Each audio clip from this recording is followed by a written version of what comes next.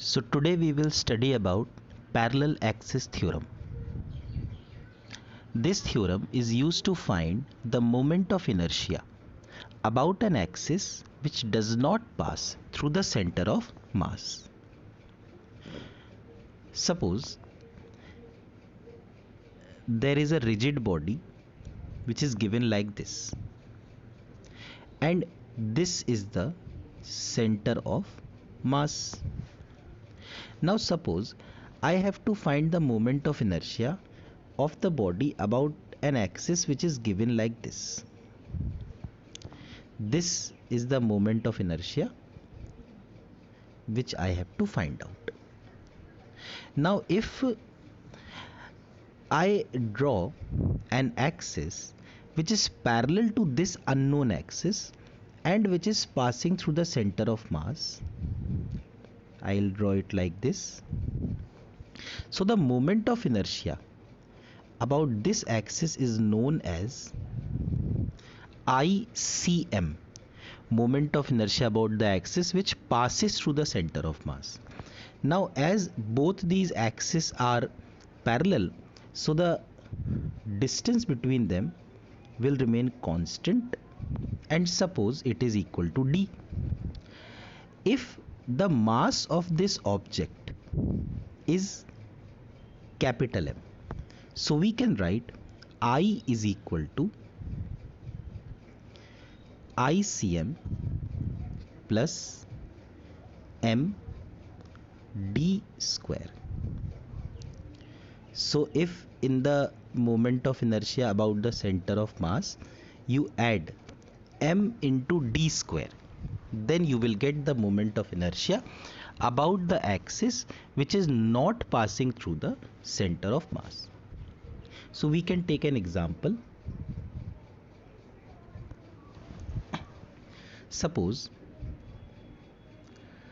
this is a rod having mass m, length L, and suppose we have an axis which is like this, and the distance of the axis from the end is L upon 4, and we have to find the moment of inertia about this axis. So what we will do is, we will first of all make another axis which is parallel to the given axis and which passes through the center of mass. It will be like this. This we can call as ICM, and this ICM, as we already know, it is ml square upon 12. Now the distance between both the axes will be L upon 4. So I can write I is equal to ICM plus M L upon 4 whole square. So I will be equal to ml square upon 12 plus ml square upon 16. So we can take LCM of both of these.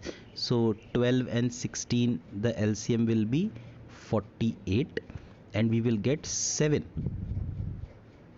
ml square upon 48. So the moment of inertia will be 7 ml square upon 48. We can take one more question on this. Suppose there is a ring having mass m and radius r. This is a ring, and we have to find the moment of inertia about an axis which is passing through the end of the ring and it is perpendicular to the plane of the ring. So what we will do is, we will make by ourselves we will make an axis which is passing through the center and perpendicular to the ring. So the moment of inertia about this axis, which we call as ICM, it will be mr square. Now the distance between both these axes, as we can see, it is r. So I will be equal to ICM plus m, and the value of d has come out to be equal to r. So mr square. So I will be equal to mr square plus mr square, which will give us 2mr square. We can do one more problem. Suppose there is a disk. The difference between disk and ring is that disk is solid while ring is hollow. This is a disk. I draw lines here to show that it is solid. Mass m and radius r. And suppose this is the axis, which is again passing through the end of the disk and perpendicular to the disk, and I have to find the moment of inertia about this axis. So what I will do is, by myself, I will make an axis which is passing through the center of mass and perpendicular. This axis we call as ICM, and the value of this ICM we know it is half mr square. Now the distance between both these axes is capital R. So we will get I is equal to ICM plus m, and the value of d is r, so it will be r square. So I will be equal to half mr square plus mr square. So I will be equal to 3/2 mr square. After disk, we can have a hollow sphere. Hollow sphere having mass m, radius r. Suppose this is the hollow sphere, and we have to find the moment of inertia about an axis which is tangential to the sphere. So what we can do is, by ourselves, we can draw an axis which is parallel to the sphere, parallel to the given axis and passing through the center. So this will be called ICM, and as we know, in hollow sphere ICM is 2/3 mr square. I is what we have to find out, and the distance between both of them is equal to r. So we will get I is equal to ICM plus m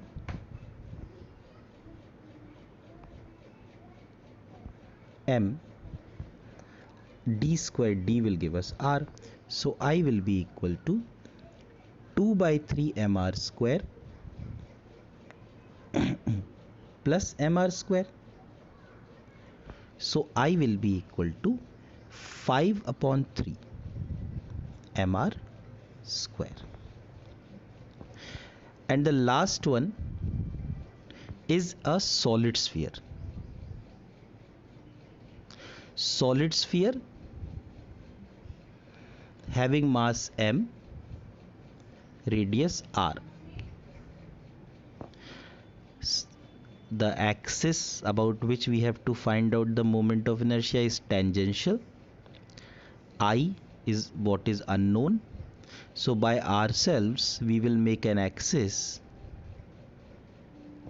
which is passing through the center, and we call it ICM, and this is equal to 2/5 mr square. This distance is r, so we will get I is equal to ICM plus m, and d is r, so r square. So I will be equal to 2 by 5 mr square plus mr square. So I will come out to be equal to 7 upon 5 mr square. So this ends the discussion on parallel axis theorem. In our next lecture we will be looking at perpendicular axis theorem.